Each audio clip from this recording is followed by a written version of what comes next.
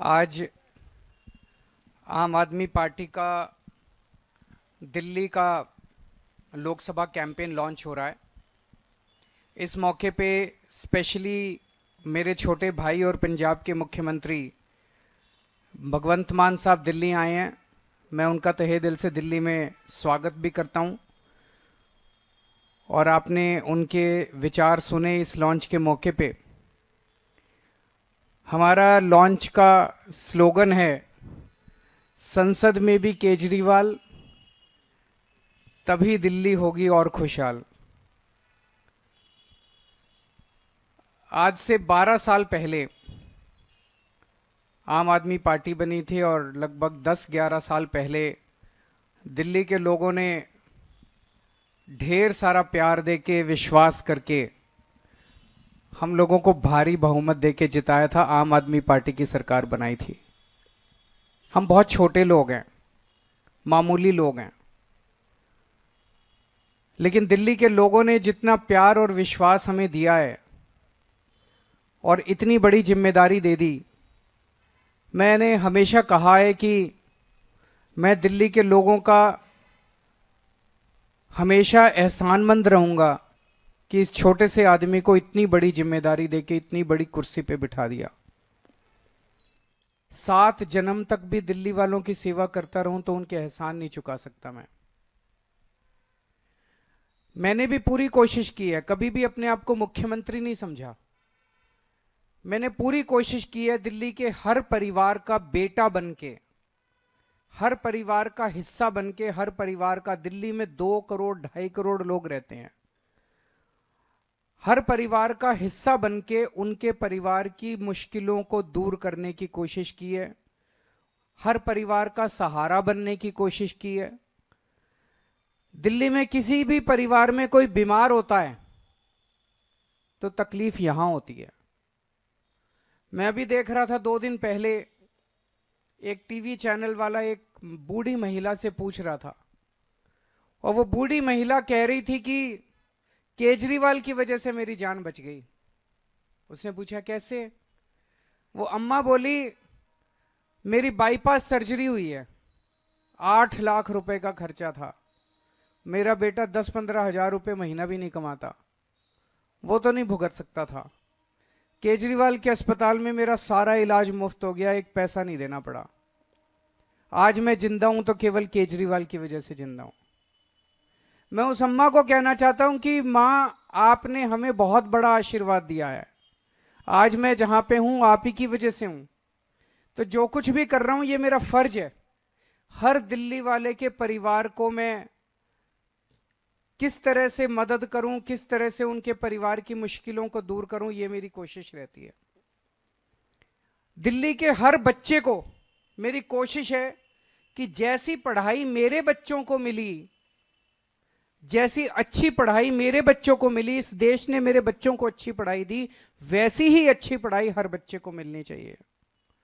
मेरी कोशिश है कि जैसा इलाज मेरे को मिलता है जब मैं बीमार होता हूं, मेरे को भगवान ने बहुत कुछ दिया है, जैसा इलाज मेरे को मिलता है ऐसा इलाज मेरे दिल्ली के हर गरीब से गरीब आदमी को भी मिलना चाहिए।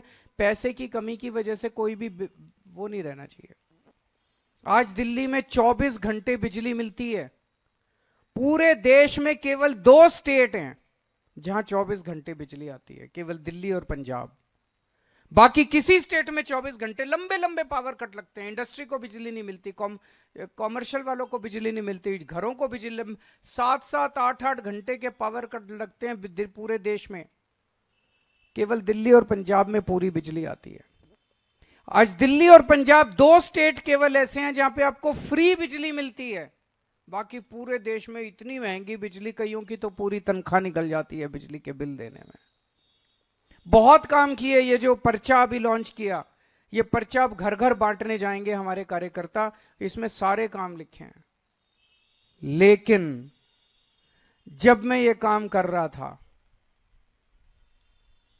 तो ये बीजेपी वाले, एलजी साहब और केंद्र सरकार आपके सारे काम रोकने की कोशिश करते हैं। हर काम जो मैं आपके लिए अच्छा करने की कोशिश करता हूं,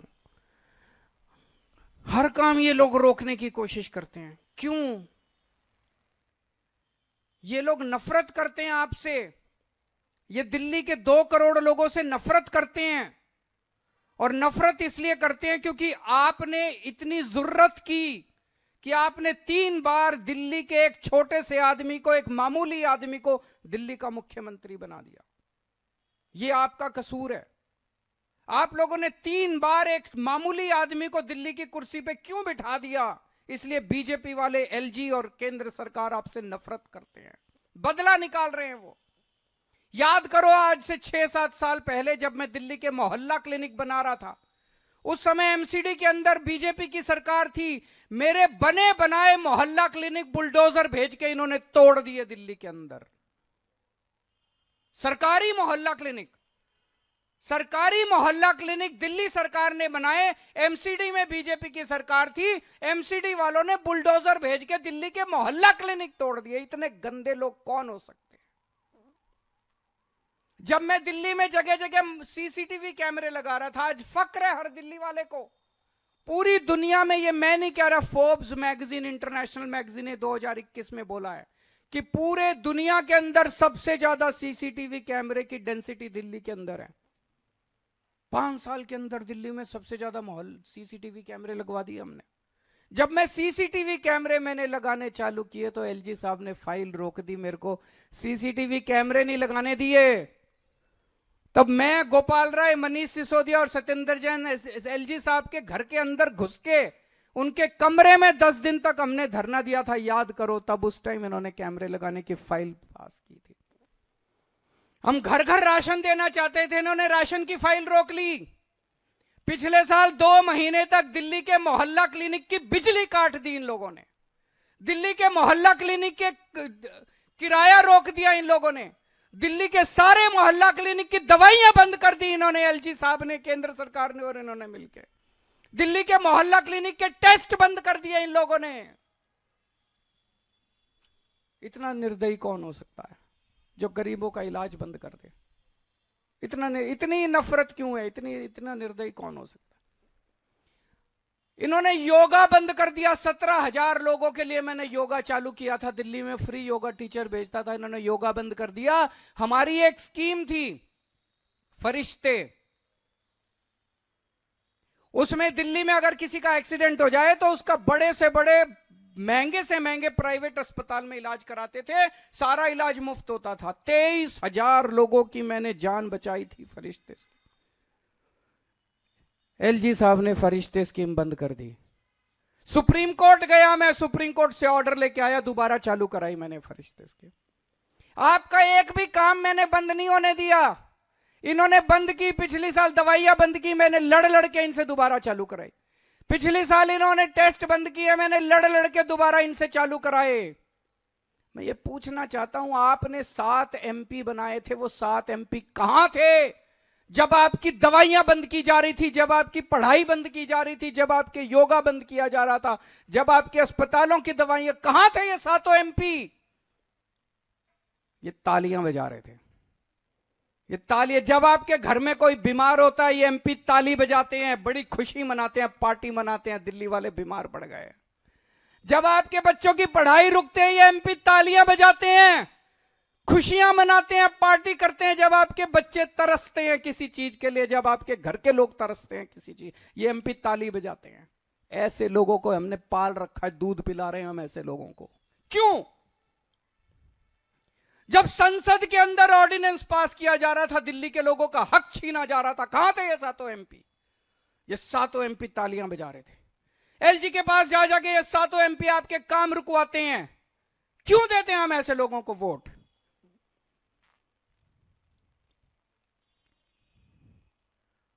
कल मैंने बिजली सब्सिडी पास की है कैबिनेट में, मैं आपको बता नहीं सकता कितना लड़ना पड़ा है मेरे को।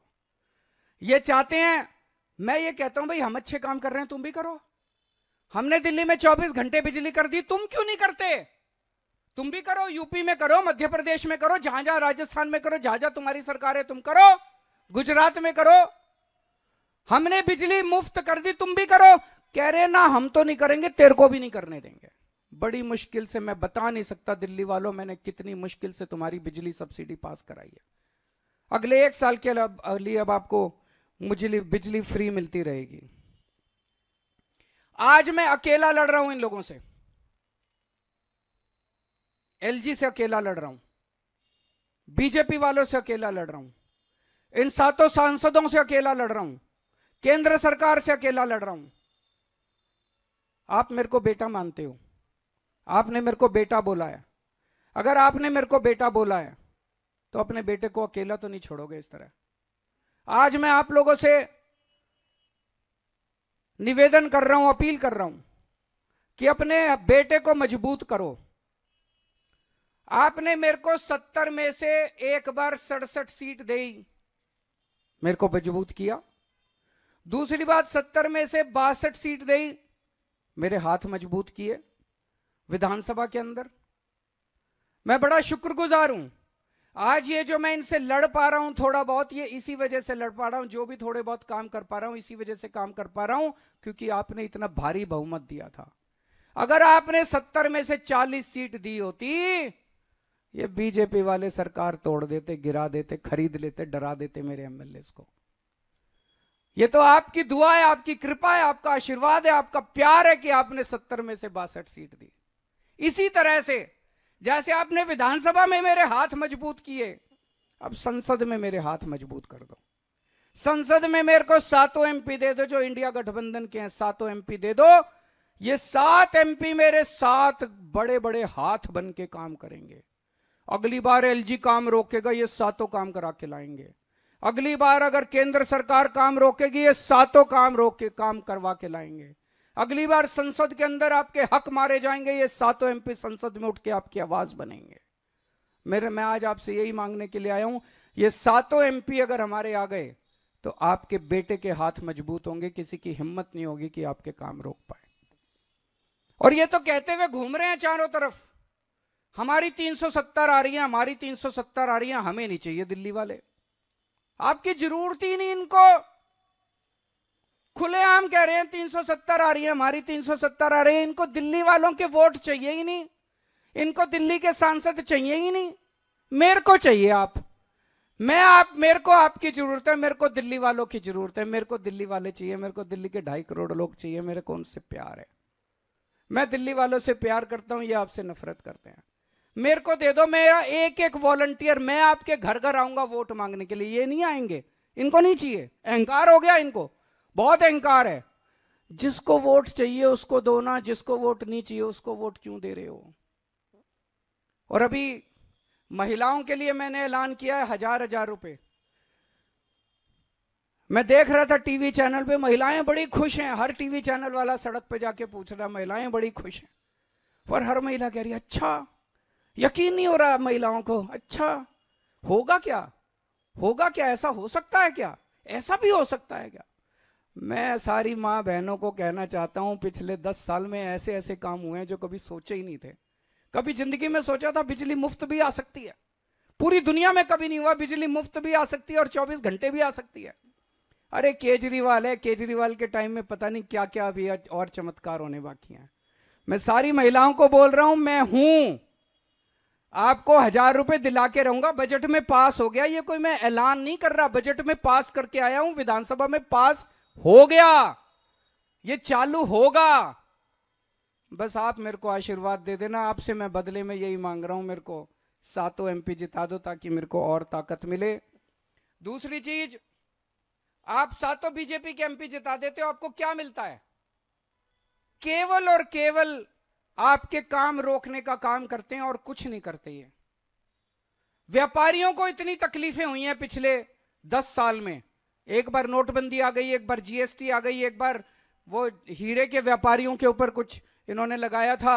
कितनी बार व्यापारियों, कभी दिल्ली के एक भी सांसद ने आपकी आवाज उठाई? व्यापारियों से मैं पूछना चाहता हूं, दिल्ली के कभी एक भी सांसद ने आपकी आवाज उठाई? हिम्मत ही नहीं है, किसी बीजेपी के एमपी की हिम्मत ही नहीं है जो आपकी आवाज उठा दे, तुरंत उसको 2 ऊपर से डंडा मारेंगे ये लोग की, खबरदार तूने जो बीजेपी के खिलाफ बोला। मैं आपकी आवाज बनूंगा, हमारे 7 एमपी आपकी आवाज बनेंगे।